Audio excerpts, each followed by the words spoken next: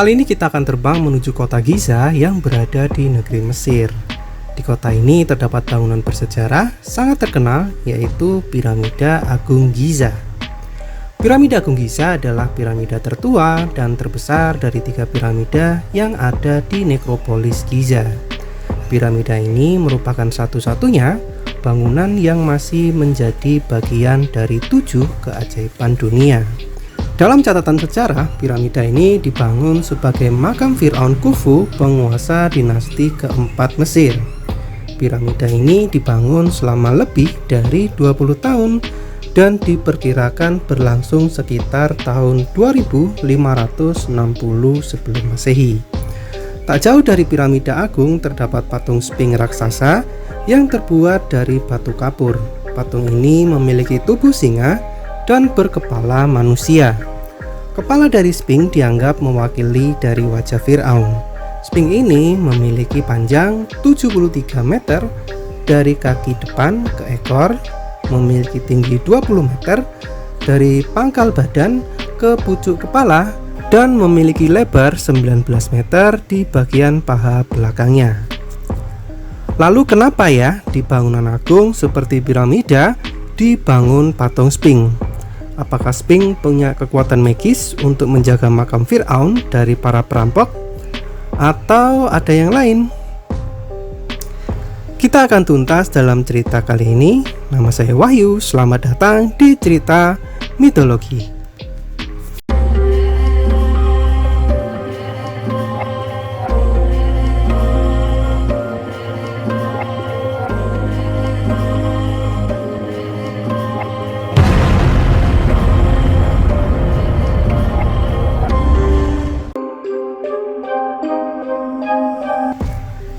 Sphinx adalah makhluk mitologi dari peradaban Mesir kuno.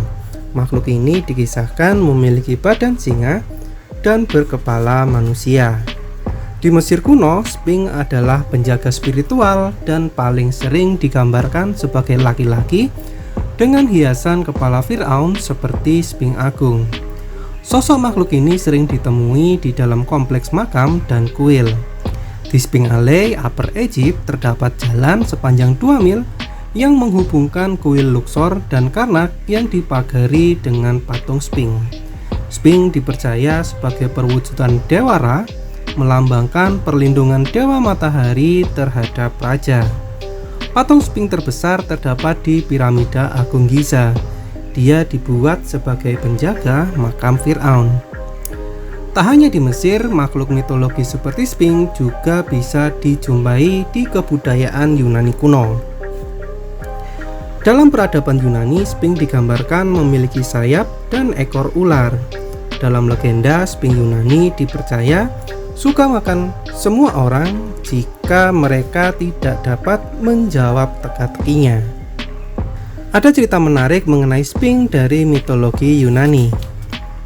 Suatu ketika datanglah seekor Sphinx, makhluk berkepala wanita, bertubuh singa, dan bersayap ke kerajaan Tebes. Dia bertengger di gunung Fikium dan membunuh setiap orang Tebes yang tidak bisa menebak teka-tekinya. Juga mengancam tidak akan meninggalkan negara tersebut sebelum ada yang mampu memecahkan teka-teki. Teka-teki dari Sphinx adalah sebagai berikut. Apakah yang pada pagi hari menggunakan 4 kaki, pada tengah hari menggunakan 2 kaki, dan senja hari menggunakan 3 kaki?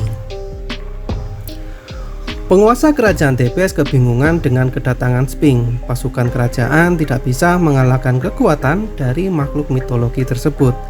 Kehancuran kerajaan Tebes tinggal menunggu waktu saja. Jalan keluar satu-satunya adalah dengan menjawab teka-teki dari Sphinx. Akhirnya kerajaan Tebes mengeluarkan sayembara. Orang siapa yang mampu memecahkan teka-teki Sphinx maka akan diberikan tahta kerajaan Tebes sekaligus dinikahkan dengan Lokaste, janda dari Raja Laios, penguasa kerajaan Tebes sebelumnya. Mendengar sayembara tersebut, seorang pemuda yang gagah berani dan cerdas bernama Oidipus datang ke Tebes.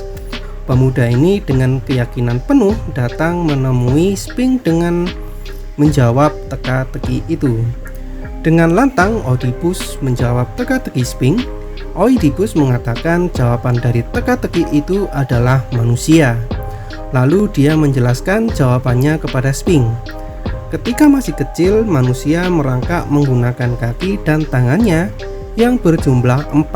Ketika manusia beranjak dewasa, ia berjalan tegak dengan 2 kakinya. Dan ketika sudah tua, dia harus berjalan dengan bantuan tongkat supaya tidak jatuh dalam berjalan. Sphinx mengucapkan selamat dan terima kasih kepada Oedipus. Akhirnya dia bisa mati dan beristirahat dengan tenang tanpa penasaran lagi. Sphinx akhirnya pergi dari Thebes dan melempar dirinya sendiri ke tebing hingga tewas. Keberhasilan Oedipus dalam memenangkan sayembara ini membuat dia diangkat menjadi Raja Thebes. Oedipus memerintah dengan adil dan bijaksana. Kerajaan Thebes makmur di bawah kepemimpinannya. Cerita tentang Oedipus sebenarnya agak kompleks dan penuh dengan drama.